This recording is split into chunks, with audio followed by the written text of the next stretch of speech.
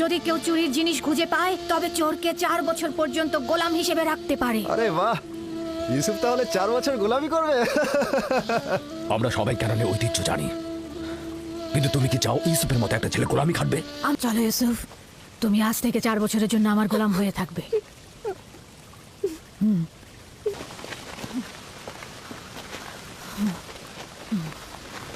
কি হয়েছে বোন? বাসমে, কি হয়েছে? ইসাক নবীর কোমর বন্ধনীটা হারিয়ে গিয়েছে। সব জায়গায় দেখেছো? সব জায়গায় দেখেছি।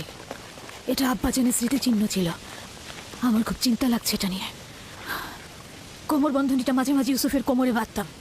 গিয়ে আবারও খোঁজো, অবশ্যই খুঁজে পাবে।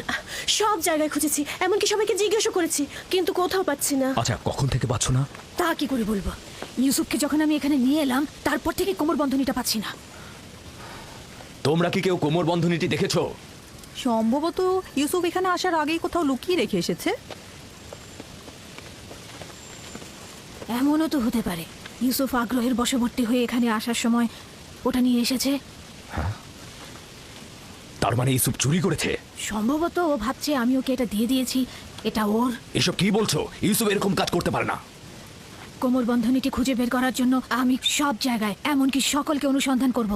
যতক্ষণ পর্যন্ত না পাবো শান্ত হব না। আপনার ওই জিনিসটা তো শুধু ইউসুফের কোমরেই থাকতো, আমরা এটার ব্যাপারে কিছুই জানি না। খুব ভালো কথা। আমি প্রথমে ইউসুফ থেকে শুরু করব, যাতে কেউ বাহানা করতে না পারে। অনুমতি দিচ্ছ? জানি না কোন চতুরতা তোমার মধ্যে খেলা করছে, তবে যাই হোক, এটা আমাকে খুব কষ্ট দিচ্ছে। চতুরতা? কোনটা চতুরতা? শুনুন সবাই, আমি আমার আব্বাজানের কোমর বন্ধনী হারিয়ে ফেলেছি এবং সেটা খুঁজে পেতে চাইছি। এটা কি চতুরতা? খুবই ভালো কথা, অযথা হইচই করো না। খোঁজো, এক এক করে সবার কাছে খোঁজো, সকল জায়গায় খোঁজো।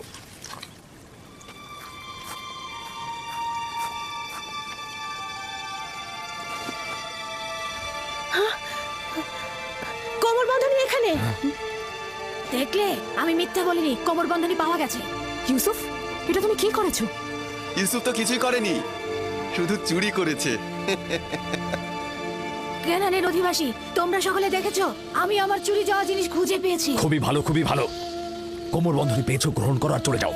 বিষয়টা এত সহজ নয় ভাই আমার। তুমি হয়তো কেনানের সব নিয়ম কানুন ভুলে গেছো। এখানকার সকল অধিবাসী নিশ্চয়ই জানেন কেনানের আইন ও ঐতিহ্য অনুযায়ী যদি কেউ চুরির জিনিস খুঁজে পায় তবে চোরকে 4 বছর পর্যন্ত গোলাম হিসেবে রাখতে পারে। আরে বাহ, ইউসুফ তাহলে 4 বছর গোলামি করবে।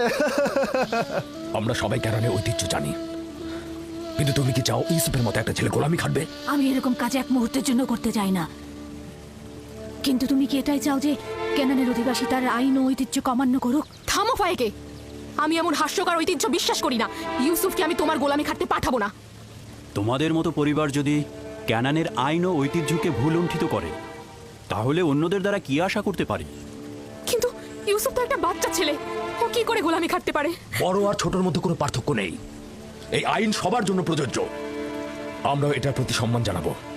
আমি জানি এটার মধ্যে চতুরতা লুকিয়ে আছে, কিন্তু প্রমাণ করতে পারছি না। যেহেতু তুমি ইউসুফকে ছাড়বেই না, সেহেতু বাধ্য হচ্ছি তোমার সিদ্ধান্ত মেনে নিতে। আমি চোরের কাছে চুরির মাল খুঁজে পেয়েছি এবং তাকে ছাড়বো না। খোদার বান্দা ও রসুল আমাকে ক্ষমা করবেন, আমার উপর মনক্ষুণ্ণ হবেন না।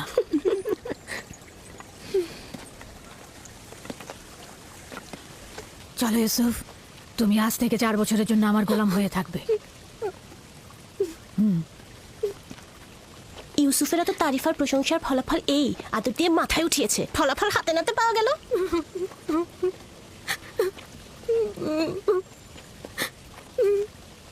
বাচ্চারা কখনো দুষ্টুমি করেও এরকম করে, এটা চুরি নয়।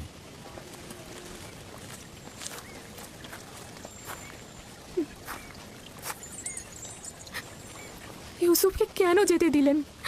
ফায়েক তো ঠিক মতো ইউসুফের দেখাশোনা করতে পারে না। ইউসুফ তো ন্যায্য তো চুরি করেছে, তাছাড়া এর বিপরীতে আমি কোনো প্রমাণও দাঁড় করাতে পারছিলাম না। চিন্তা করো না, ইউসুফ ওখানে ভালোই থাকবে।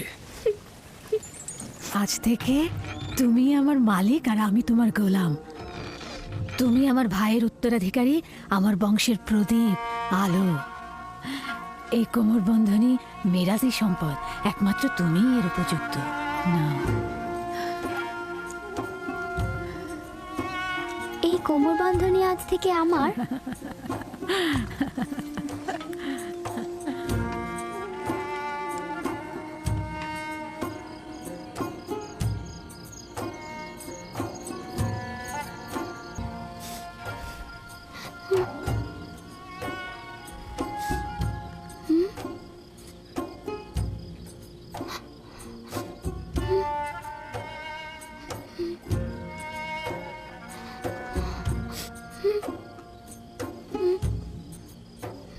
ইউসুফ, ইউসুফ, পুত্র আমার, স্বপ্ন দেখছো?